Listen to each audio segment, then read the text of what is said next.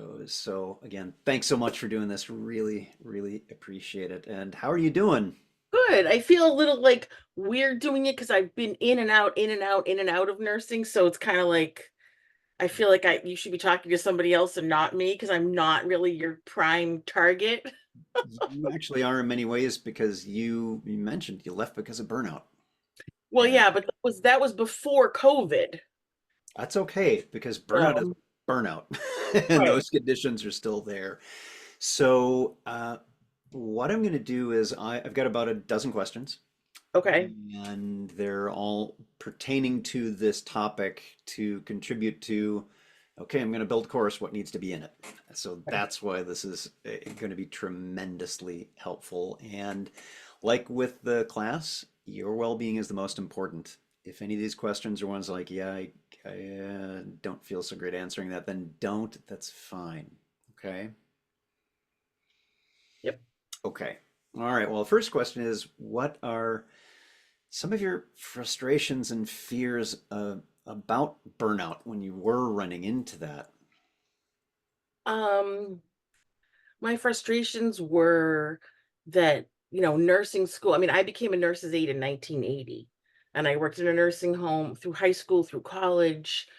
Um, Then, I was a nurse in the 80s at St. Vincent's and Providence House, and it was just a small hospital when they were bought by Tenant, and it became a much different place. I was a charge nurse at the time, and I would advocate for the patients or advocate for the staff. And, the nurse manager was like, "Well, I agree with you, but we can't fix it," or "I agree with you, but we don't have the budget," or "I agree with you, but the staff limits are different now. We don't have this many nurses." And I think I am a little bit of a perfectionist, and I kind of like if it can't be done right, it's really hard for me to do it. So I would come home and I would just be exhausted because I didn't have that separation back in my 20s. I didn't know how to handle crying or being frustrated. I used to punch out and go back and stay with patients who were dying or whatever because I was single.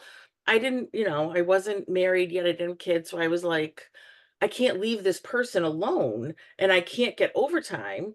So I'll just do it myself.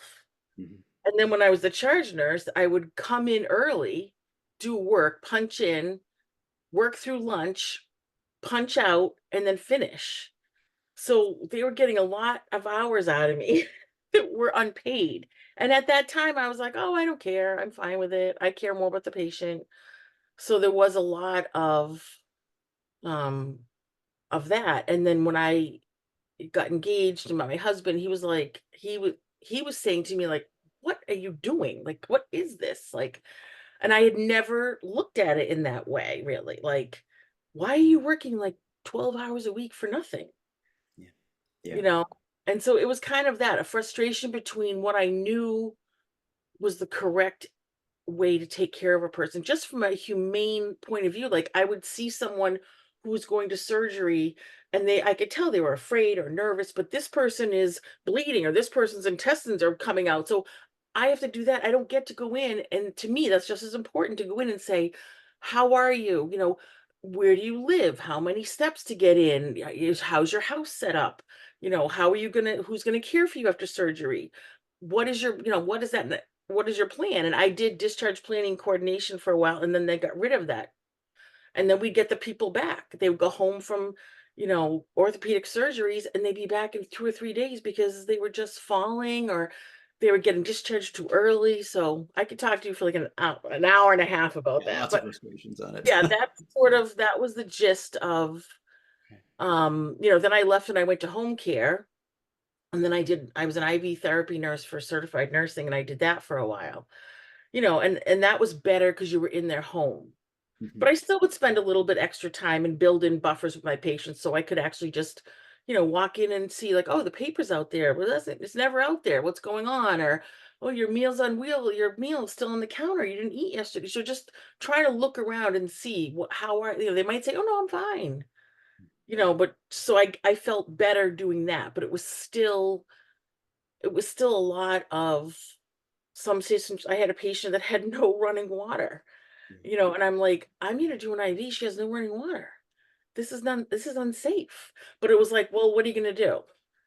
So that juxtaposition of like how to help someone, but feeling like, this is an insurmountable challenge at times. Yeah. Yeah. Okay. That does help.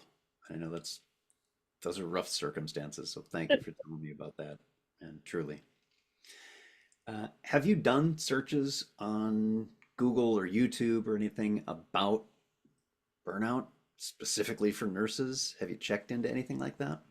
No, and you're No, not isn't alone. that weird? I Most have haven't. 10,000 books, but I mean, to my knowledge, I remember discussing burnout, Mhm. but I just remember thinking, what's the point? I remember like I was so burned out that I just didn't care. My husband's like, quit, stay home. Because I did have that in the back of my mind. I knew if I don't need the job, which is not always everybody's Yeah. situation. So I went to part-time and then I just said I quit. So then he was traveling to New York a lot. So the kids were little and my father had a stroke. So I just said, you know what, I'm just gonna stay home for a couple of years and not work at all.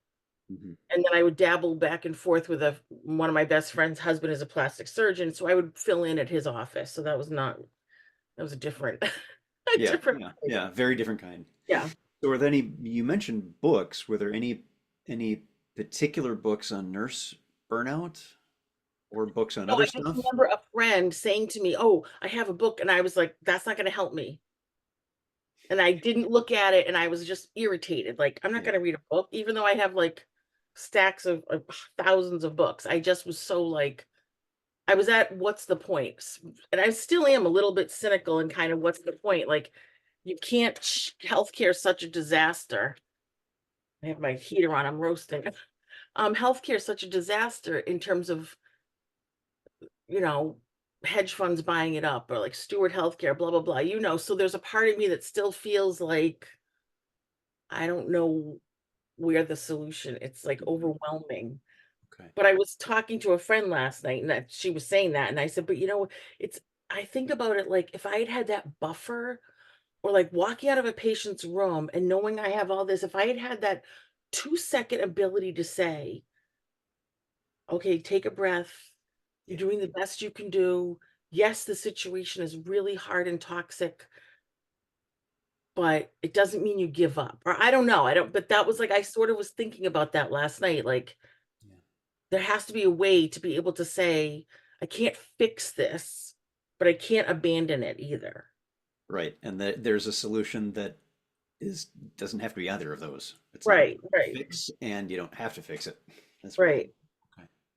So have you bought, and I'm thinking about this, have you bought or participated in any courses on specifically on burnout? No, Okay, okay. Are there any particular people that you follow on YouTube or wherever about nurse burnout or anything like that? Okay. no. Any other kinds of investments you've made on whether it's books or programs or anything else? I know you got MBSR. That's a good one. I mean, What else? I did the MBSR for the first time in 2017. Hmm. And I had known about it since 2002 or 3. And my friend said, "Oh, you gotta do this, you gotta do this." And she gave me a book on Pema Chodron, like when things fall apart. It's like right Yeah. here. But I didn't even open it for years and years and years. I just didn't. So I've done MBSR. I did like Aowen's course, the compassion course. I did Rebecca's course, loving kindness. I did MBSR 2 with Aowen. And then I did the Eat Right Now with Judd, the Unwinding Anxiety. I've bought a few courses, like there was a Pema Chodron on death and dying, like a death one. Hmm. There was another guy, Frank Ostesky, who's a Yep. Zen, and I did something with a thing I bought that was with a bunch of other people that were dealing with death and dying. On a Zoom, not a Zoom. It was lecture, like series. You weren't meeting with Yeah. it. It wasn't live. Yeah. Um, But nothing on burnout, it sounds like. Nothing on burnout because I never really went back too much. Yeah. Okay. Okay. So I would dabble. I never put myself back in that situation Hmm. of having to do it. Like I volunteer in hospice, so I work in hospice, but I'm a volunteer. So I get the ability to sit with the patients and not have to do it. I get to comfort them and talk to them, but I'm not responsible for their care, their medicine and all Mm, that. So mm. Okay.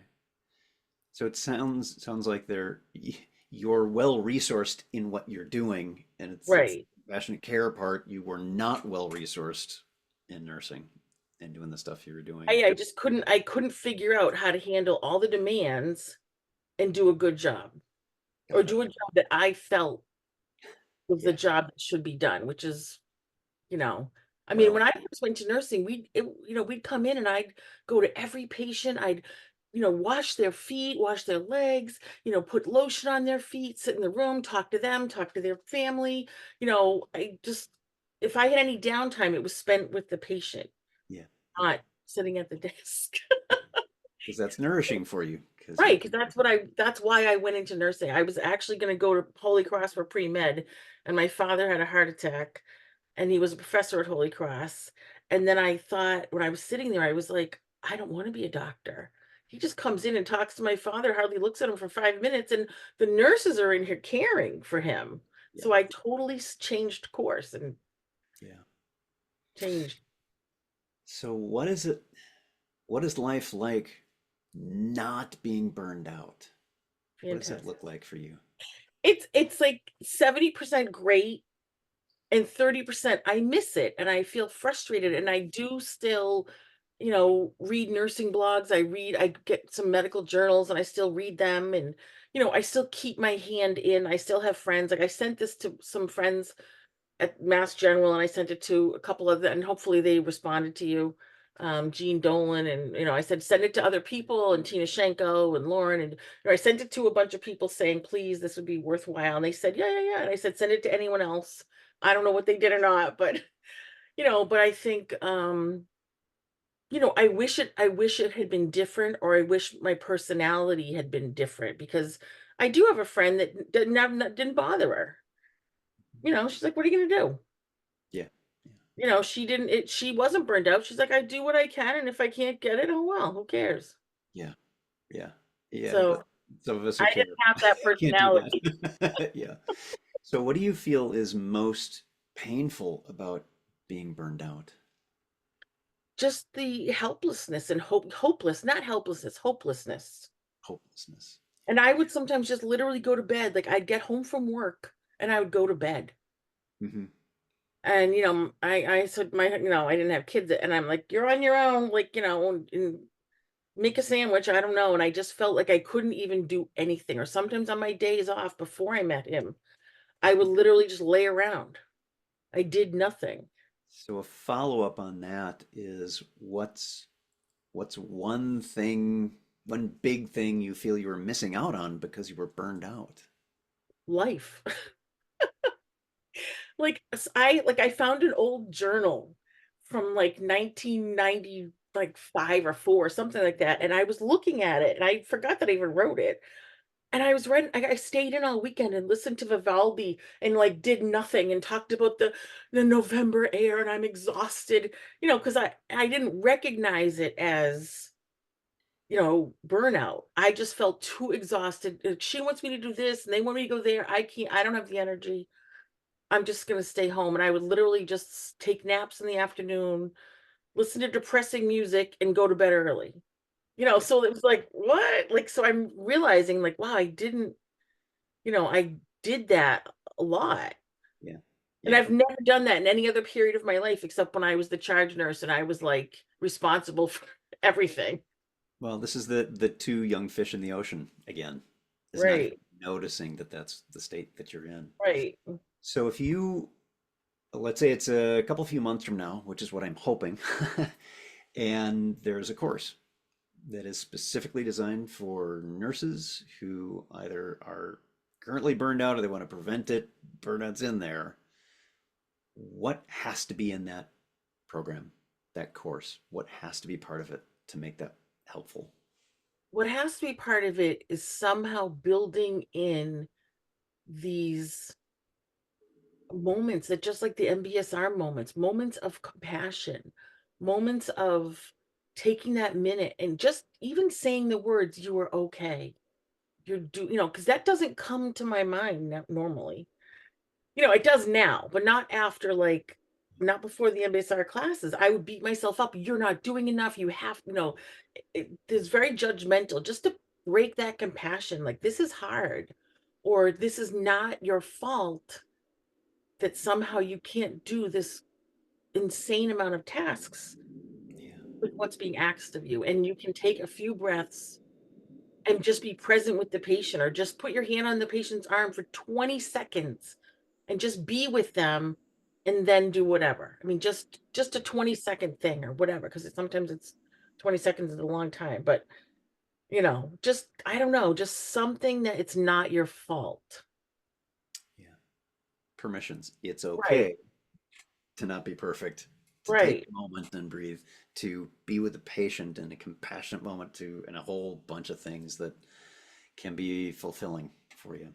right. And I also, like, I noticed when I was reading back, I noticed that I would sometimes say, I would we had a ward secretary, and I'd say, "I'll be back in 10 minutes. I'm gonna go to this was before computers a lot. Like, we had dummy terminals until we moved downtown to St. V's and down there, Front Street. So I would say, "I'm gonna go check the labs." And I realized I wasn't. I just needed to get 5 minutes to walk down the hall and go somewhere. So and I would pride myself on not taking a lunch, being busy. It was like there was Yeah. some kind of weird, like, "I can do it," blah, blah, blah, Yeah, and, like, my that's our husband, validation of our performance and our right, value like, "I'm is, wow, so I have important," multiple you know? meetings and Yeah. yeah, yeah. And I We was have the like, my same thing in father was like, IT. "I'm tired." I'm like, "If I make a mistake, someone dies." Like, Yeah. and Yep. so it's just kind of like it reinforces itself because your management and other people are telling you that this, so it's just this self-perpetuating cycle of ask more, do more, ask more, do more, and somehow maybe just, even if you can't get off the floor, just go in the med room for another extra second while you're doing the Pyxis and getting your drugs or whatever. Yep. Just to build in these little tiny moments, because that's all you have sometimes. Gotcha. That helps a lot. Yeah. Truly, and that helps a great deal. Two more questions, and then I want to open it up for anything that you want to ask. Um, and this one is tricky even for me to ask, let alone answer. So I understand this is a wacky one. Is what would you be willing to invest in a course like that? And before you answer, I want to add in this would include a community Okay. where you have regular weekly sessions live Now, with do you mean me personally, nurses. or do you mean me in an abstract sense? You you as a nurse who's burning out. Okay. You Because want right now, I wouldn't, this yeah, right wouldn't now be, you wouldn't, but yeah. you as a nurse I'm once like upon a time. retired. But if I was a nurse that was burning out, And there were continuing education units. right, then I would probably pay, I don't know, 700, $800 if it was gonna be like a 12-week course, Mhm. and I could be part of a community of other people that, when if I could have like a one, like, I like courses that are structured like 10, 12 weeks, whatever. And I'm not a community person, but if I was, I would like the community aspect of it. And then, a structured session once a week, or a Zoom session or something, Yeah. and then maybe a half hour afterwards to ask questions or something like that. I don't know. Which, by the way, I do on Wednesdays. Oh, okay. That's the community that I have now. That's a general one, not specifically for nurses. In fact, after this, we're meeting in about at the top of the hour. So that's Okay. my next meeting after this one. So that's there for you, by the way, if you want that kind of thing. Last question. This is a fill in the blanks. So let me kind of read it to you, and then we'll walk through it a little bit. I want to go from to so that. So this is I want to go from whatever burnout looks like to you to whatever not being burned out looks like to you. So that what's it Okay. like not being burned out? I want to go from hopelessness to, not potential, to, word escaping me, to some glimmer of returning to myself, so that I could live my life in a more meaningful way. or not authentic, but just be able to actually participate in life. That was beautifully said. Truly, that was beautifully said. And really. I say like my kids, take my words. I'm not using it. So I say, take my words. I'm not using it. That was great. Thank you. That's all the questions I had. I wanted to open this up for you about any questions you've got on this project. Um, why are you interested in this? Few different reasons. Um, First is I need to do something to make a living. That's one of them, and I know this is something that I have been successful in helping with, and so I know that this is something I can do. One of the other ways this another person asked why for nurses, what makes you interested in that, and I want to get to that is that um, nurses have been, of all the people that I've encountered in healthcare, and that's including when I went in for a couple cancer surgeries, things like that. Nurses were the most helpful, the most compassionate and kind. These are the people who are hurting in many ways the most in healthcare and the least served. I want to change that because that's just plain wrong. That is not alignment with the world that I want to Right. live in. Also, from just past experience, more than half of the people who took my courses were nurses and got the most out of it. So those are the reasons that I want to put this together and have something that still, yes, I can pay the mortgage and put food on the table, but also is making a difference in with it's nourishing for me too, because these, weekly sessions, I love that. It's something I like too, and that it is helping people who are in some cases, critically in need of Right. help, and seeing that shift to flourishing and maybe not having to leave the profession, but stay within it and maybe in a different way. Yeah, but still getting back in touch with things that brought them to nursing in the first place. Seeing that transformation, having seen that in the past many times, I want to keep going with that. So that's what appeals to me about this project. And note, I'm not doing it for physicians. Right. Yeah. Different kind of group. Uh, Totally different dynamic and a Totally different different dynamic. mindset and a Yeah. different personality. Um, I'm really hoping that you can, you know, reach people. And I was just thinking like in MBSR when we do that, like thinking, I forget, it's been a long time. We had some sheets like, what were you thinking? What were you feeling? You know what I mean? Like if I had had some of those tools, I might not have left. Yeah. I didn't have Tools those. are very much a part of this, Right, along with home practice, and not just do this meditation every day. It's not just that. Part of this will be, because I've had this before and it's worked really well, is a right, personal action plan that you work on throughout and after the course is done, right, that includes tools that are specific to what you are running into, not a general, oh, this is what you like. No, no, no. right, right, Your right. experience is unique. I'm really hoping my friend Jean Dolan contacted you and made an appointment. If she didn't, I'll call her because Call her, she she hasn't yet. okay, I will. All right, because she was a nurse manager at Mass General and she got a bunch of funding to do mindfulness. Mhm. And she didn't use it because COVID happened. Then she was the director of a COVID unit at Mass General, and Mhm. when I was talking to her on the phone on Saturday. She said, "Oh yeah, I did that. I don't even know what happened to that. I never got back into that." And so people were going to be able to get some CEUs, and the hospital was going to be funding it. And Mass General has pretty deep pockets. Yeah, that would be great Yeah, because it's not just one of the things so you're aware is I don't want to have I want to have at least 50 of these kinds of conversations. right, right, And because every time I have one, something new comes up that I'm going to right, build into this program, and other parts are validated and other parts are, oh, right, okay, that's not as important, but this really is. So having these conversations and being able to build something that I hope towards the beginning of the year right. include CEUs for nurses to participate that Right, because has a CEUs, some people lifelong do things because community. they get CEUs too. Yeah, that's one of the important parts is being able No, to have that as part right, of this because it'll need to be over 1,000, maybe a couple thousand. But with CEUs, that's something where sometimes the whatever organization can help fund that. Yeah, I mean, I don't know. I mean, when at St. V's back in the day, they would give you 50% for a CEU class, but Yeah. that's so I don't know. And then I did send it to two other people, Mhm. which I know are not going to be contacting you because they left 2 years ago from UMass and moved to Sarasota General Hospital. So they are, I'm not even going to ask her right now.